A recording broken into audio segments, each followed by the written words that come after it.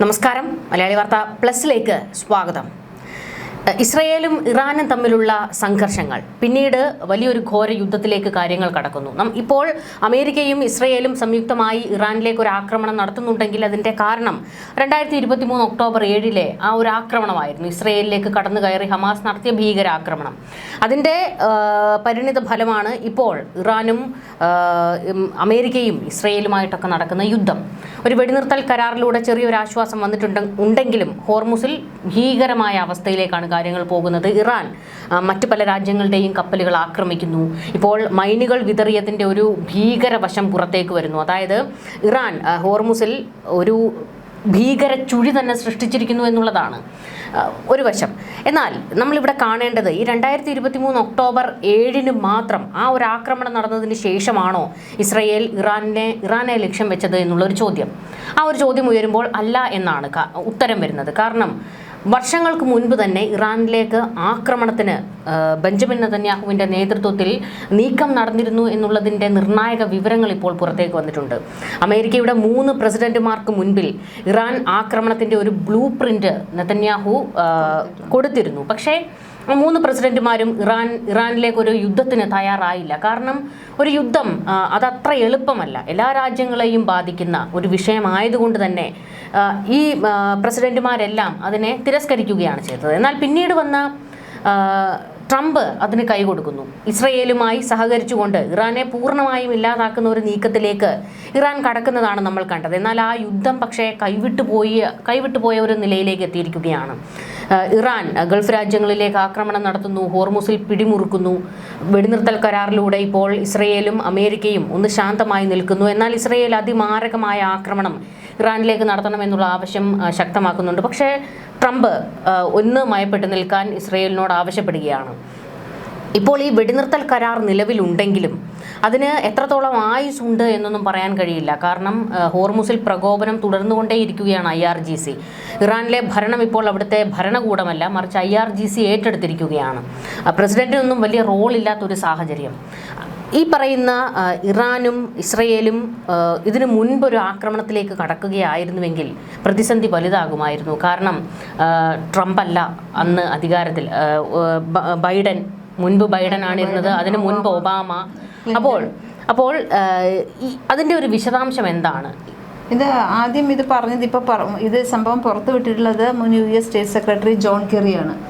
അദ്ദേഹം പറയുന്നത് എന്താണെന്ന് വെച്ച് കഴിഞ്ഞിട്ടുണ്ടെങ്കിൽ ഈ 3 പേരോടും ആവശ്യപ്പെട്ടിരുന്നു, പക്ഷെ അവരെല്ലാം നിരസിക്കുകയാണ് ഉണ്ടായത് എന്ന് പറയുന്നു. ഒരു അഭിമുഖത്തിലാണ് ജോൺ കെറി കാര്യങ്ങൾ പങ്കുവച്ചത്. ഒബാമയോട് പറഞ്ഞിരുന്നു, ബുഷിനോട് പറഞ്ഞിരുന്നു, ബൈഡനോട് പറഞ്ഞിരുന്നു. അപ്പോൾ ഇവരോടെല്ലാം പറഞ്ഞിരുന്നത് നെതന്യാഹു ആണ് ഇവരെ ഇതിനു വേണ്ടിയിട്ട് കൂടുതൽ നിർബന്ധിച്ചത്. കാരണം വളരെ എളുപ്പമാണ്, ഇറാനെ തോൽപ്പിക്കാൻ എളുപ്പമാണ്, വലിയൊരു പ്രശ്നമില്ല, അങ്ങനെയാണെങ്കിൽ അത് അമേരിക്കയ്ക്കും ഒരുപാട് ഗുണം ചെയ്യും എന്നുള്ള രീതിയിലാണ് നെതന്യാഹു ഇതിനെ അവതരിപ്പിച്ചിട്ടുണ്ടായിരുന്നത്. വിയറ്റ്നാം ഇറാഖ് യുദ്ധങ്ങളിൽ നിന്നെല്ലാം പഠിച്ച പാഠം ജനങ്ങളോട് നുണ പറയരുത് എന്നതാണെന്നും വിയറ്റ്നാം യുദ്ധസേനാനി കൂടിയായിട്ടുള്ള അദ്ദേഹം പറയുന്നത് അങ്ങനെയാണ്. അതുകൊണ്ടാണ് ഈ ജോൺ കെറി പറയുന്നത്, അതുകൊണ്ടാണ് ഇപ്പോൾ അത് തുറന്നു പറയുന്നത്. കാരണം ജനങ്ങളോട് സത്യം പറയണം എന്നുള്ള അതുകൊണ്ടാണ് ഞാനിപ്പോൾ പറയുന്നത്. അപ്പോൾ ഈ യുദ്ധം എന്ന് പറയുന്നത് ഇപ്പോൾ ഉണ്ടാകുന്ന ഈ ഇസ്രയേൽ അമേരിക്ക ഇറാൻ യുദ്ധം ഇത് ആകസ്മികമായിട്ട് പൊട്ടിപ്പുറപ്പെട്ടതൊന്നുമല്ല. വളരെ നേരത്തെ തന്നെ നെതന്യാഹു ഇതിനു വേണ്ടിയിട്ടുള്ള കരുനീക്കങ്ങൾ നടത്തിയിരുന്നു. അപ്പോൾ നെതന്യാഹുവിൻ്റെ വലയിൽ പക്ഷേ ഇപ്പോൾ വീണത് ട്രംപാണ്. കാരണം ട്രംപിനെ ഒരു തലയ്ക്ക് പറഞ്ഞു കഴിഞ്ഞാൽ ഒരു യുദ്ധവെറിയൻ എന്നുള്ള രീതിയിൽ തന്നെ പറയാൻ പറ്റും. ട്രംപ് പറയുന്നതെല്ലാം കുറച്ചൊക്കെ വിഡ്ഢിത്തങ്ങൾ ഒരിപ്പോഴും പറ്റാറുണ്ട്. ആ വിഡ്ഢിത്തം കൊണ്ടുകൂടി ആയിരിക്കണം ഒരു പക്ഷേ നെതന്യാഹുവിൻ്റെ വലയിൽ കുടുങ്ങിയിട്ടുണ്ടായിരിക്കാം. പക്ഷേ കാര്യങ്ങൾ ഇപ്പോൾ ട്രംപിൻ്റെ കയ്യിൽ നിന്നെല്ലാം വിട്ടുപോയിരിക്കുന്നു. ട്രംപ് പറയുന്നത് പോലെ ഇറാൻ എന്ന് പറയുന്നത് ഇറാൻ്റെ സൈനിക ശേഷി ചോർന്നു പോയി എന്നാണ് ഇപ്പോൾ ട്രംപ് പറഞ്ഞുകൊണ്ടിരിക്കുന്നത്. അതുപോലെ തന്നെ ട്രംപിന് മുന്നിൽ, അമേരിക്കയ്ക്ക് മുന്നിൽ ഇറാൻ മുട്ടുകുത്തുകയാണെന്നൊക്കെ പറയുന്നുണ്ട്. പക്ഷേ ഈ പറയുന്നതിലൊന്നും യാതൊരു അർത്ഥവുമില്ല എന്നുള്ളതാണ് ഇപ്പോൾ അവിടുന്ന് ഇൻ്റലിജൻസ് റിപ്പോർട്ടുകൾ പറയുന്നത്. അത് സൈന്യം തന്നെ പറയുന്നുണ്ട്. സൈന്യത്തിൻ്റെ ഇൻ്റലിജൻസ് റിപ്പോർട്ട് പറയുന്നത് അവരുടെ കയ്യിൽ ശരിയാണ്, അവർക്ക് കുറേ മിസൈലുകളും എല്ലാം നഷ്ടപ്പെട്ടിട്ടുണ്ട്. പക്ഷേ അത്യാധുനിക മിസൈലുകളും ഡ്രോണുകളും എല്ലാം ഇപ്പോഴും ഇറാൻ്റെ കൈവശമുണ്ട് എന്നാണ് പറയുന്നത്. അപ്പോൾ അതുപയോഗിച്ച് ഒരു യുദ്ധത്തിലേക്ക് ഇനി പോവുകയാണെങ്കിൽ വീണ്ടും അപകടമാകും എന്ന് പറഞ്ഞതുകൊണ്ട് കൂടിയാണ് ഇപ്പോൾ ഒരു വെടിനിർത്തൽ എന്നുള്ള രീതിയിലേക്ക് ട്രംപ് എത്തിയിരിക്കുന്നത്. അല്ലാതെ ട്രംപ് ലോകത്തിനോട് പറയുന്നത് പോലെ ഇറാൻ മുട്ടുകുത്തിയത് കൊണ്ടല്ല ഇപ്പോൾ ഒരു വെടിനിർത്തലിലേക്ക് കാര്യങ്ങൾ മുന്നോട്ട് കൊണ്ടുപോകുന്നത്. അത് ഇപ്പം ശരിക്കും പറഞ്ഞാൽ ട്രംപിന് ഏറ്റ ഒരു പേടി തന്നെയാണ്, പ്രതിസന്ധിയാണ്. കാരണം അമേരിക്ക എന്ന് പറയുന്ന ഒരു രാജ്യം അത് നിലനിൽക്കുന്നത് ഒരു കച്ചവടം ആണ് അവരുടെ ഏറ്റവും പ്രധാന ആയുധം. പ്രത്യേകിച്ച് ട്രംപൊക്കെ ആണെങ്കിൽ ഒരു കച്ചവടക്കാരനാണ്. ഗൾഫിലേക്കൊക്കെ ആക്രമണം നടക്കുന്നു എന്ന് പറയുമ്പോഴത്തേക്ക് അങ്ങനെ കയ്യും കെട്ടി നോക്കി നിൽക്കാൻ ഈ പറയുന്ന അമേരിക്കയ്ക്ക് കഴിയില്ല. കാരണം അമേരിക്കയുടെ വലിയ സമ്പത്ത് ഒഴുകുന്ന രാജ്യങ്ങളാണ് ഗൾഫ് രാജ്യങ്ങൾ.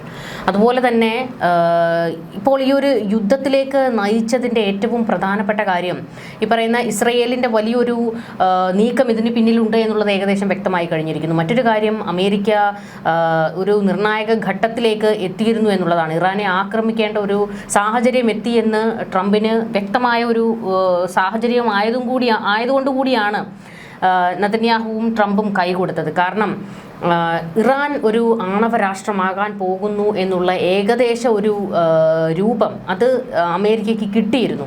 അപ്പോൾ എല്ലാ കാലത്തും ഈ ഇറാനെ ആക്രമിക്കുന്നത് ആണവ കാര്യങ്ങൾ പറഞ്ഞുകൊണ്ടാണെങ്കിൽ തന്നെയും മറ്റൊരു കാര്യമെന്ന് പറയുന്നത് ഇറാൻ്റെ എണ്ണ സമ്പത്ത് എത്രത്തോളം വലിയ ഉപരോധങ്ങൾ ഏർപ്പെടുത്തിയിട്ടും ഇവർ മുച്ചൂടും താഴെ വീഴുന്നില്ല. കാരണം സാമ്പത്തികപരമായിട്ട് ഇവർ പല വഴികൾ കണ്ടെത്തുകയാണ്. ഉപരോധങ്ങൾ, അതായത് അമേരിക്ക ഏർപ്പെടുത്തുന്ന ഉപരോധങ്ങൾ എന്ന് പറഞ്ഞു കഴിഞ്ഞാൽ വരിഞ്ഞു മുറുക്കുന്നതിന് തുല്യമാണ്. എന്നാൽ അതിനെയും മറികടന്നുകൊണ്ട് സ്വന്തം നിലയ്ക്ക് ഇറാൻ അവരുടെ ശക്തി വീണ്ടും കൂടുതൽ ശക്തി പ്രാപിക്കുന്നു എന്ന് മനസ്സിലായ ഒരു ഘട്ടത്തിൽ കൂടിയാണ് ട്രംപ് ആക്രമണത്തിന് മുതിർന്നത്. എന്നാൽ ഈ ആക്രമണം പക്ഷേ ഒരിക്കലും ട്രംപ് കരുതിയില്ല. ഈ ഗൾഫിലേക്ക് ആക്രമണം തുടങ്ങി വെക്കുമ്പോഴും ട്രംപ് കരുതിയില്ല ഇത്രത്തോളം മാരകമായ ഒരു ആക്രമണം ഇറാൻ പുറത്തെടുക്കുമെന്ന്. കാരണം നിലയ്ക്കാതെ മിസൈലുകൾ അയച്ചുകൊണ്ടിരിക്കുകയായിരുന്നു. ഇറാൻ അത്ര എളുപ്പത്തിൽ തോൽപ്പിക്കാൻ പറ്റുന്ന ഒരു രാജ്യമല്ല. ഇത് പറഞ്ഞുകൊണ്ടിരിക്കുന്നത് ട്രംപും പ്രതിരോധ സെക്രട്ടറി പീറ്റ് ഹെക്സത്തുമാണ് പറയുന്നത്. ഇറാനെതിരെ നടത്തുന്ന അവകാശവാദങ്ങളെല്ലാം ഇപ്പോൾ പെന്റഗണിന്റെ തന്നെ റിപ്പോർട്ട് പുറത്തു വന്നിട്ടുണ്ട്. അതായത് പെന്റഗൺ പോലും വ്യക്തമാക്കുന്നത് ഇറാൻ പൂർണ്ണമായും തകർന്നിട്ടില്ല എന്നുള്ളതാണ്. അതാണ് പറഞ്ഞത്. ട്രംപും ഹെക്സത്തുമാണ് പറയുന്നത് ഇറാൻ തകർന്നു എന്ന്. പക്ഷേ ശരിക്കും പെന്റഗൺ റിപ്പോർട്ട് വരുന്നത്, രഹസ്യാന്വേഷണ റിപ്പോർട്ടും വരുന്നത് ഇവർ ഒട്ടും തകർന്നിട്ടില്ല എന്ന് മാത്രമല്ല, ഇപ്പോൾ ഹോർമുസ് തുറക്കാൻ തയ്യാറാകാത്തത് ഇറാൻ തന്നെയാണ്. അതിന് വേറെയും കാരണങ്ങൾ പറയുന്നുണ്ട്. ഈ മൈനുകൾ അതിൻ്റെ ഉള്ളിലുള്ളതൊക്കെയാണെന്ന് പറയുന്നുണ്ടെങ്കിൽ തന്നെയും ഇപ്പോൾ അങ്ങനെ ഒരു ഹോർമുസ് തുറന്നു കൊടുത്ത് യുദ്ധത്തിന് ഒരു അറുതി വരുത്തണമെന്ന് ഇറാൻ ആഗ്രഹിക്കുന്നില്ല. അവരുടെ ആവശ്യം നമ്മൾ മുൻപ് പലതവണ ചർച്ച ചെയ്തിരുന്നു. അവരുടെ ആവശ്യം എന്ന് പറയുന്നത് ഒരു കരയുദ്ധത്തിലേക്ക് കാര്യങ്ങൾ എത്തണമെന്നുള്ളതാണ്. ഇവിടെ നമ്മൾ ശ്രദ്ധിക്കേണ്ട ഒരു വശമുണ്ടായിരുന്നു. ആദ്യം ഇസ്രയേൽ ആക്രമണം തുടങ്ങുന്നത് ആകാശ ആക്രമണങ്ങളായിരുന്നു. വ്യോമാക്രമണങ്ങൾ, അതിമാരകമായ ആക്രമണങ്ങൾ. ശരിക്കും പറഞ്ഞു കഴിഞ്ഞാൽ ഇറാന്റെ നട്ടെല്ല് തകർത്തിടുന്ന ആക്രമണം ഇസ്രയേൽ നടത്തി. പിന്നാലെ അമേരിക്കയുടെ ആക്രമണം. ഇരു രാജ്യങ്ങളും ചേർന്ന് ടെഹ്റാനെ മുച്ചൂടും മുടിച്ചു എന്ന് വേണം നമുക്ക് പറയാൻ. പക്ഷെ അപ്പോഴും അവർക്ക് പൂർണ്ണമായും അവർ തകർന്നില്ല എന്ന് നമ്മൾ പറയുന്നതിൻ്റെ ഒരു കാരണം ഇവരുടെ ആയുധങ്ങൾ മുഴുവൻ ഈ അടിത്തട്ടിലാണ്, ടണലുകൾക്കുള്ളിൽ, പർവ്വതങ്ങൾക്കിടയിൽ. മിസൈൽ ബേസുകളൊക്കെ അവിടെയാണ്. അവിടെ നിന്ന് അതിമാരകമായ ആക്രമണം തിരിച്ച് ഇറാൻ നടത്തി. പക്ഷെ അതിനെല്ലാം നേരിടാൻ ഇസ്രയേലിന് കഴിഞ്ഞു. അവരുടെ ആകാശ വ്യോമ പ്രതിരോധ സംവിധാനങ്ങൾ അതിനെയെല്ലാം തകർത്തു. അതിമാരക ആക്രമണം നേരിട്ടത് ഗൾഫ് രാജ്യങ്ങളാണ്. മറ്റൊരു വശമെന്ന് പറയുന്നത് ഇറാൻ ഒരു തരത്തിലും ഇറാന്റെ പ്രോക്സികൾ ഹിസ്ബുള്ള, ഹമാസ്, ഹൂതികൾ അവരുടെ ഒരു ശക്തി ക്ഷയിച്ചത് ഇറാനെ വലിയ പ്രതിസന്ധിയിലേക്ക് കൊണ്ടെത്തിച്ചിരുന്നു. ഹിസ്ബുള്ള ആയി എന്ന് പറയാൻ പറ്റില്ല. ഹിസ്ബുള്ളയും ഹമാസും ഒക്കെയാണ്. പക്ഷേ ഹൂതികളുടെ ശക്തി, പക്ഷേ ഇവിടെ ഹൂതികൾ കടലിലേക്ക് ഇറങ്ങുന്നില്ല. അവർ ആക്രമണവുമായി രംഗത്തേക്ക് വരുന്നില്ല. കാര്യം എന്താണെന്ന് വെച്ച് കഴിഞ്ഞാൽ അടിതെറ്റി വീണ് കിടക്കുന്ന ഹിസ്ബുള്ളയുടെയും ഹമാസിന്റെയും അവസ്ഥ ഹൂതികൾ കണ്ടു കഴിഞ്ഞിട്ടുണ്ട്. തന്നെയല്ല, ഹൂതികൾക്കൊരു കരയാക്രമണമോ വ്യോമാക്രമണമോ ഹിസ്ബുള്ളയും ഹമാസും നടത്തുന്നത് പോലെ നടത്താൻ കഴിയില്ല. അവർക്ക് കടൽ യുദ്ധങ്ങളെ കഴിയുകയുള്ളൂ. അതുകൊണ്ടാണ് വ്യോമ ആക്രമണത്തിൽ നിന്ന് ഇത് തന്ത്രപരമായി ഇറാൻ ഇത് കടലിലേക്ക് മാറ്റിയത്. ഹോർമുസ് അടച്ചതിന് പിന്നിൽ ഈ യുദ്ധം കടലിലേക്ക് നീങ്ങണമെന്നുള്ള ഇറാന്റെ കൃത്യമായ തിട്ടൂരമാണ്. അതിൻ്റെ ഏറ്റവും പ്രധാനപ്പെട്ട കാര്യമെന്ന് വെച്ച് കഴിഞ്ഞാൽ ഏറ്റവും വലിയ പടക്കപ്പലുകളാണ് അമേരിക്ക ഹോർമുസിലും മറ്റ് അറേബ്യൻ കടലിലും ഒക്കെ ആയിട്ട് നിലയുറപ്പിച്ചിരിക്കുന്നത്. പക്ഷേ ഇറാന്റെ പക്കൽ അപ്പോഴും ഉള്ളത് ഈ കൊതുകുപട. നമ്മൾ കഴിഞ്ഞ ദിവസങ്ങളിലൊക്കെ കേട്ടൊരു വാക്കാണ് കൊതുകുപട. അതായത് മൊസ്കിറ്റോ ഫ്ലീറ്റുകൾ എന്ന് പറയുന്ന ചെറു ബോട്ടുകളിലെത്തിയാണ് ഇവർ ഈ കപ്പലുകൾ ആക്രമിക്കുന്നത്. ഇത് അതിവേഗം വരുന്നു, അതിവേഗം, ഒരു മിന്നൽ വേഗം വരുന്നു പോകുന്നു. ഇതിനെ അമേരിക്കയുടെ റഡാറുകൾക്ക് പോലും കണ്ടെത്താൻ കഴിയുന്നില്ല. ഇത് ആക്രമണം നടത്തിയിട്ട് ഈ പറയുന്ന ഹോർമുസിന്റെ മലമടക്കുകളിലേക്ക് പോയി ഒളിക്കുകയാണ്. അവിടെ കയറി ഇവരെ ആക്രമിക്കാൻ സാധിക്കാത്ത ഒരു സാഹചര്യം. അപ്പോൾ ഈ കടലിലെ യുദ്ധം മാത്രമല്ല, ഇറാൻ റവല്യൂഷണറി ഗാർഡ്, ഇറാന്റെ സേന എന്ന് പറയുന്നത് ഇപ്പോൾ ഒരു ഭീകര ഗ്രൂപ്പ് പോലെ പ്രവർത്തിക്കുകയാണ്. ഹൂതികൾ കടലിൽ ഏത് തരത്തിലുള്ള ആക്രമണമാണോ പുറത്തെടുക്കുന്നത് അതേ രീതിയിലുള്ള ആക്രമണം, ഗറില്ല യുദ്ധമുറ ഈ പറയുന്ന ഒരു രാജ്യത്തിന്റെ സൈന്യം പുറത്തെടുക്കുകയാണ്. അപ്പോൾ ഇതിനെ നേരിടുക എന്ന് പറയുന്നത് കുറച്ച് പ്രയാസമാണ്. ഈ പടക്കപ്പലുകളൊക്കെ വലിയ നിരീക്ഷണം നടത്തുന്നുണ്ടെങ്കിലും ഈ മോസ്കിറ്റോ ഫ്ലീറ്റുകളെ കണ്ടെത്താൻ കഴിയുന്നില്ല. അതുകൊണ്ടാണ് ഇപ്പോൾ മറ്റു മാർഗങ്ങൾ സ്വീകരിക്കണമെന്നുള്ള ഒരു നിലയിലേക്ക് അമേരിക്ക എത്തിയിരിക്കുകയാണ്. അല്ലാതെ വ്യോമാക്രമണം നടത്തി പിടിച്ചു നിൽക്കാൻ കഴിയില്ല എന്ന് മനസ്സിലായ ഒരു ഘട്ടത്തിലാണ് ഇവർ കടലിലേക്ക് ആക്രമണം മാറ്റിയത്. ഇനി ഇവർ ലക്ഷ്യം വെക്കുന്നത് ഇത് കരയുദ്ധമാക്കുക എന്നുള്ളതാണ്. കരയുദ്ധമാക്കുകയാണെങ്കിൽ അമേരിക്കയ്ക്കോ ഇസ്രയേലിനോ അത്ര പെട്ടെന്നൊന്നും ഇറാനെ ഒന്നും ചെയ്യാൻ കഴിയില്ല. കാരണം 10 ലക്ഷത്തോളം സൈന്യം ഇറാന്റെ വലിയ ശക്തിയാണ്. അതുകൂടാതെ സിവിലിയൻസിൽ നിന്ന് വലിയൊരു വിഭാഗം, ഈ പറയുന്ന പരിശീലനം നേടിയ വലിയൊരു വിഭാഗമുണ്ട്. അവരൊക്കെ ഈ യുദ്ധത്തിലേക്ക് ഇറങ്ങുന്ന ഒരു കാഴ്ച കാണേണ്ടി വരും. അപ്പോൾ തന്നെയല്ല, ഇറാന്റെ ഭൂപ്രകൃതി നമ്മൾ മുൻപ് കണ്ടിരുന്നു, ഒരു പൈലറ്റിനെ ഈ പറയുന്ന രക്ഷിക്കാൻ വേണ്ടി. പക്ഷെ അത് അവിടെ കരയുദ്ധം തുടങ്ങിക്കഴിഞ്ഞാൽ നടത്താൻ എളുപ്പമാണോ എന്ന് കണ്ടെത്തുന്നതിന് വേണ്ടിയുള്ള ഒരു നീക്കമായിരുന്നു എന്ന് പിന്നീട് നമുക്ക് ബോധ്യപ്പെട്ടതാണ്. അപ്പോൾ അതിനുശേഷമാണ് ഈ കരയുദ്ധത്തിൽ നിന്ന് അമേരിക്ക പിന്മാറുന്നത്. അപ്പോൾ കരയുദ്ധം അത്ര എളുപ്പമല്ല. ഏത് യുദ്ധമാണെങ്കിലും ആത്യന്തികമായി നമ്മൾ നോക്കുകയാണെങ്കിൽ ഇരുപക്ഷത്തിനും വലിയ വിജയമൊന്നും ഉണ്ടാകാൻ പോകുന്നില്ല. അങ്ങോട്ടും ഇങ്ങോട്ടും വിട്ടുവീഴ്ചകൾ കൊണ്ട് അവസാനം ഈ യുദ്ധം ഒരു സമാധാന കരാറിലേക്ക് എത്തിക്കുക എന്നുള്ളത് മാത്രമാണ് നടക്കുന്നത്. നഷ്ടങ്ങൾ ഉണ്ടാകുന്നത് മുഴുവൻ സിവിലിയൻസിനാണ്. അവർക്കാണ് പലായനം ചെയ്തു പോകുന്നത്. ഇപ്പൊ തന്നെ തെക്കൻ ലെബനൻ 26 വർഷങ്ങൾക്ക് ശേഷം ഇസ്രയേല് പിടിച്ചെടുത്തിരിക്കുകയാണ്. ഹിസ്ബുള്ളയുടെ പക്കൽ നിന്ന് പിടിച്ചെടുത്തിരിക്കുകയാണ്. അവരെ ലിറ്റാനി നദിയുടെ അപ്പുറത്തേക്ക് പായിച്ചുകൊണ്ട് ആ മേഖല 26 വർഷങ്ങൾക്ക് ശേഷമാണ് ഇസ്രയേൽ പിടിച്ചെടുത്തിരിക്കുന്നത്. പക്ഷേ അവിടെ പിടിച്ചെടുത്തുവെങ്കിലും അതൊരു ബഫർ സോണായിട്ട് നമ്മൾ ഗാസയിൽ കണ്ടതുപോലത്തെ ഒരു യെല്ലോ ലൈൻ അവിടെ വരച്ചിരിക്കുകയാണ്. അതിനിപ്പുറത്തേക്ക് വന്നു കഴിഞ്ഞാൽ ഞങ്ങൾ ആക്രമിക്കും, കൊലപ്പെടുത്തും എന്നുള്ള ഒരു രീതിയിലേക്ക് തെക്കൻ ലെബനൻ എത്തിയിരിക്കുകയാണ്. അവിടെ ഒരു ബഫർ സോണായി പ്രഖ്യാപിച്ചുകൊണ്ട് ഇസ്രയേലിന് അവിടുത്തെ സൈന്യത്തെ നിയോഗിക്കേണ്ട അവസ്ഥയാണ്. അല്ലാതെ ഒരു സാധാരണ സിവിലിയൻ നീക്കത്തിലേക്ക് പോകുക അത്ര എളുപ്പമല്ല. ഈ ഒരു കാര്യത്തിലേക്ക് വരുമ്പോൾ, അതായത് കരയുദ്ധം കൊണ്ട് ഇറാനെ കീഴ്പ്പെടുത്താമെന്നുള്ളത് നടക്കില്ല എന്ന് കൃത്യമായി അറിയാവുന്നത് കൊണ്ട് തന്നെയാണ് ഇപ്പോൾ ഹോർമുസിൽ എന്ത് തരം രീതി, അതായത് പ്രതിരോധത്തിന് എന്ത് മാർഗം സ്വീകരിക്കണം എന്നുള്ളൊരു ആശയക്കുഴപ്പം ട്രംപിനുണ്ട് എന്നുള്ളത്. എന്ന് മാത്രമല്ല, ട്രംപിന് ഇപ്പോൾ ജനപ്രീതിയും കുറച്ച് കുറഞ്ഞിട്ടുണ്ട്. കാരണം അതിന് ഏറ്റവും വലിയ ഉദാഹരണം പറയുന്നത് മുൻ CIA ഉദ്യോഗസ്ഥൻ ലാറി ജോൺസൺ പുറത്തുവിട്ട ഒരു വിവരമാണ്. ഇത് ട്രംപ് ഇറാനിൽ ആണവായുധം ഉപയോഗിക്കാൻ പദ്ധതിയിട്ടു എന്നുള്ളതാണ്. ഏപ്രിൽ 18 നടന്ന ഉന്നതതല യോഗത്തിലാണ് ആണവ കോഡുകൾ ലഭ്യമാക്കാൻ ട്രംപ് സൈനിക മേധാവികളോട് ആവശ്യപ്പെട്ടത്. അപ്പോൾ ഇതൊരു വലിയ കാര്യമാണ്. ഇറാനിൽ ആണവായുധം ഉപയോഗിക്കണം എന്നൊക്കെ പറയുമ്പോൾ ജനറൽ ഡാൻ കെയ്ൻ ഈ ഉത്തരവ് പരിഗണിക്കാതിരുന്നു.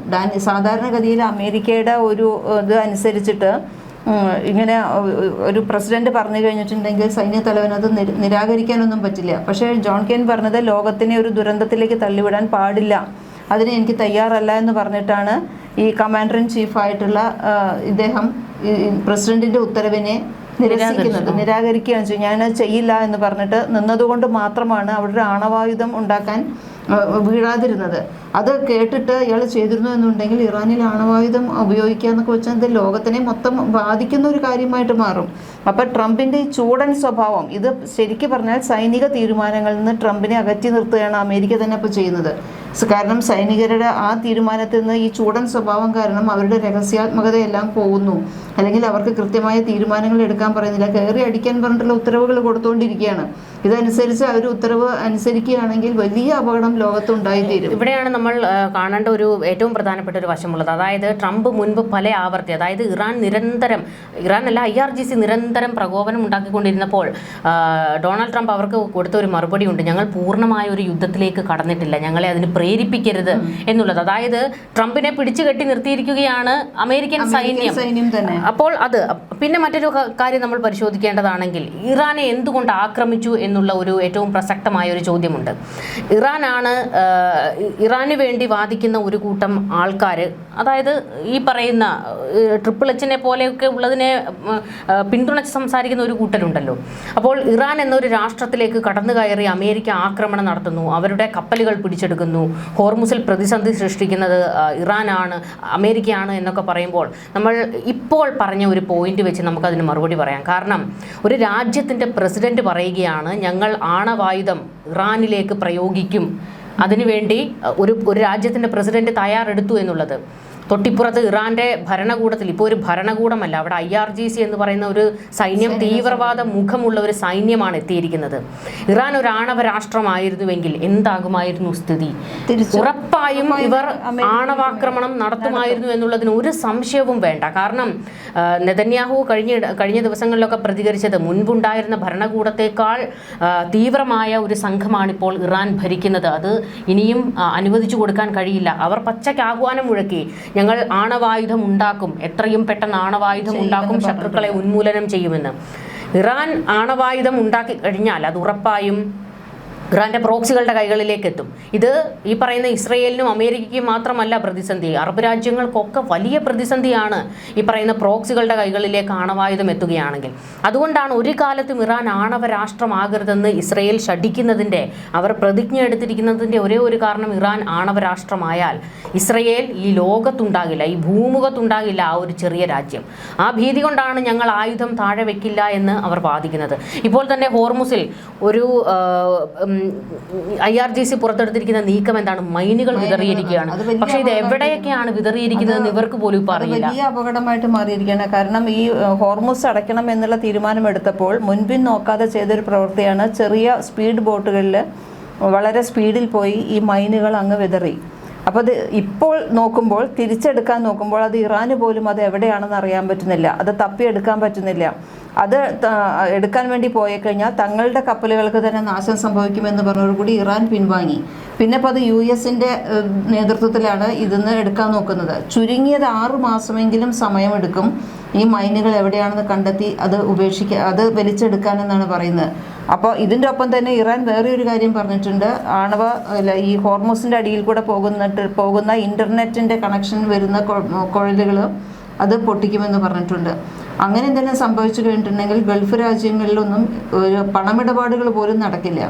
ഇറാനേക്കാൾ കൂടുതൽ, ഇറാനിലുള്ളതിനേക്കാൾ 90% ഇൻ്റർനെറ്റ് സേവനങ്ങൾക്കുള്ള ഈ കമ്പികളെല്ലാം പോകുന്നത് ഹോർമുസിൻ്റെ താഴത്തു കൂടെയാണ്. ഗൾഫ് രാജ്യങ്ങളുടെ എല്ലാം, അറബ് രാജ്യങ്ങളിലെല്ലാം ഇത് ബാധിക്കും. 40% ഇൻ്റർനെറ്റ് ഇറാൻ്റെ ഉള്ളൂ. അപ്പോൾ ഏറ്റവും കൂടുതൽ ബാധിക്കുക അയൽ രാജ്യങ്ങളിലെയാണ്. അപ്പോൾ അതൊരു വലിയ പ്രതിസന്ധിയായിട്ട് നിൽക്കുന്നു. ഈ 2 പ്രതിസന്ധി നിൽക്കുന്നുണ്ട്. ഒന്ന്, ഈ മൈനുകൾ എടുക്കാൻ പറ്റുന്നില്ല എന്നുള്ളത്. പിന്നെ രണ്ടാമത് ഇറാൻ ഈ ഇന്റർനെറ്റ് വിച്ഛേദിക്കുമെന്ന് പറയുന്നത്. മറ്റൊരു കാര്യം, കഴിഞ്ഞ ദിവസങ്ങളിലൊക്കെ ഇറാന്റെ ഒരു കപ്പൽ അമേരിക്ക പിടിച്ചെടുത്തിരുന്നു. അതിനുശേഷം നിരന്തരം കപ്പലുകൾക്ക് നേരെ ആക്രമണം നടത്തുകയായിരുന്നു. അങ്ങനെ ഇറാന്റെ കപ്പലുകൾ അമേരിക്കയുടെ കപ്പൽ പിടിച്ചെടുക്കാനുള്ള നീക്കം ഇറാൻ നടത്തുന്നു. ഇറാൻ വാദിക്കുന്ന ഒരു കാര്യം എന്താണ്? മറ്റു കപ്പലുകൾക്ക് നേരെ ആക്രമണം നടത്തുന്നതിനെതിരെ പല രാജ്യങ്ങളും ഇറാന് നേരെ ചോദ്യം ഉന്നയിച്ചപ്പോൾ ഇറാൻ പറയുന്ന ഒരു കാര്യം എന്താണ്? ഞങ്ങളുടെ പരമാധികാരത്തിന് മുകളിലൂടെയാണ് അമേരിക്ക ഇപ്പോൾ കടന്നു കയറുന്നത്, ഞങ്ങളുടെ കപ്പലുകൾ ആക്രമിക്കുന്നു, പിടിച്ചെടുക്കാൻ ശ്രമിക്കുന്നു. ഇതൊട്ടും നല്ലതല്ല. ഒരു രാജ്യത്തിൻ്റെ ജലപാതയെ അംഗീകരിക്കാതെ അവിടേക്ക് കടന്നു കയറുന്നത് ഹീനമായ ഒരു കൃത്യമാണെന്ന് ഈ പറയുന്ന ഇറാൻ തന്നെ പറയുന്നുണ്ട്. IRGC വാദിക്കുന്നുണ്ട്. അങ്ങനെയാണെങ്കിൽ ഇതേ IRGCയോട് നമുക്ക് ചോദിക്കാനുള്ളത്, ഇറാനോട് മറ്റു രാജ്യങ്ങൾക്ക് ചോദിക്കാനുള്ളത്, എന്തിന് നിങ്ങൾ മറ്റു രാജ്യങ്ങളുടെ കപ്പലുകൾ ആക്രമിക്കണം? ഒരു സ്വതന്ത്ര രാജ്യത്തിൻ്റെ കപ്പൽ ആക്രമിക്കുന്നതിലൂടെ നിങ്ങളും ഇതേ ചെയ്തു തന്നെയല്ലേ ചെയ്തുകൊണ്ടിരിക്കുന്നത്, കടന്നുകയറ്റമാണ് ചെയ്തുകൊണ്ടിരിക്കുന്നത്.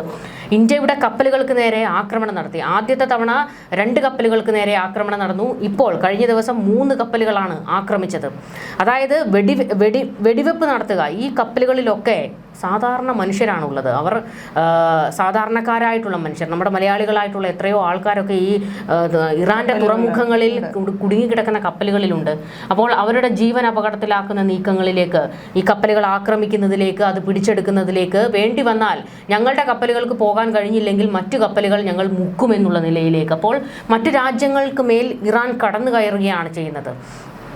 ഇത് സമാധാനപരമായി ഒരു ചർച്ചയാണ് ഇവിടെ ആവശ്യം. പക്ഷേ ഇറാനിൽ ഇപ്പോൾ ഒരു ഭരണകൂടം ഇല്ലാത്തത് കൊണ്ട്, അവിടെ ഒരു നേതൃത്വം ഇല്ലാത്തത് കൊണ്ട്, കാരണം മസൂദ് പെസഷ്കിയാന് വലിയ റോളില്ല, അബ്ബാസ് അരാഗ്ചിക്ക് വലിയ റോളില്ല, IRGC ആണ് കാര്യങ്ങൾ തീരുമാനിക്കുന്നത്. അവർ യുദ്ധം എന്നൊരൊറ്റ നിലപാടിൽ ഉറച്ചു നിൽക്കുന്നു. ശനിയാഴ്ച ചർച്ചകൾ നടക്കുമെന്ന് പറയുന്നു. പ്രധാനമായിട്ടും ഈ രണ്ട് കാര്യം, ഒന്ന് ഹോർമുസിലെ മൈനുകൾ എത്രയും പെട്ടെന്ന് എടുക്കുക എന്നുള്ള വിഷയമാണ്, രണ്ടാമത് ഇന്റർനെറ്റ് വിച്ഛേദിക്കുക എന്നുള്ള രീതിയിലേക്ക് പോകരുത്. ഈ രണ്ട് വിഷയങ്ങളെ മുൻനിർത്തിയാണ് ഇപ്പോൾ ചർച്ച നടക്കാൻ പോകുന്നത്. പക്ഷേ ഇറാൻ ആവർത്തിക്കുന്നുണ്ട്, ഉപരോധങ്ങൾ പിൻവലിച്ചാൽ ഞങ്ങൾ ചർച്ചയ്ക്ക് തയ്യാറാകാമെന്നാണ്. പക്ഷേ ഉപരോധങ്ങൾ പിൻവലിക്കാൻ അമേരിക്ക ഒട്ട് തയ്യാറുമല്ല. പക്ഷേ ഈ ഉപരോധങ്ങൾ പിൻവലിച്ചാൽ പോലും ഇപ്പോഴത്തെ യഥാർത്ഥ അവസ്ഥ നോക്കിക്കഴിഞ്ഞാൽ ഉപരോധങ്ങൾ പിൻവലിച്ചു, യുദ്ധവും ഇല്ല എന്ന് പറഞ്ഞാൽ പോലും 6 മാസത്തേക്ക് കപ്പലുകൾക്ക് സുഗമമായിട്ട് പോകാൻ പറ്റില്ല.